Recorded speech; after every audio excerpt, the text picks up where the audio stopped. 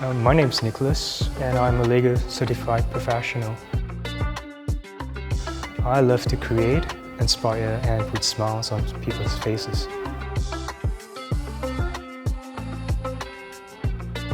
And besides my love for creating LEGO art, I enjoy photography too. And we know that in a high-resolution photo, there are usually a lot more details which can show a more complete story.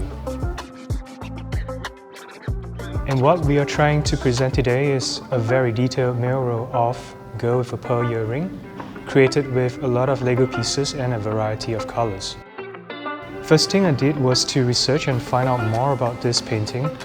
I spent time looking at references and colors before starting to work on the design for the mural. A lot of care and attention goes into creating this detailed art piece. We wanted to stay true to the original as much as we can.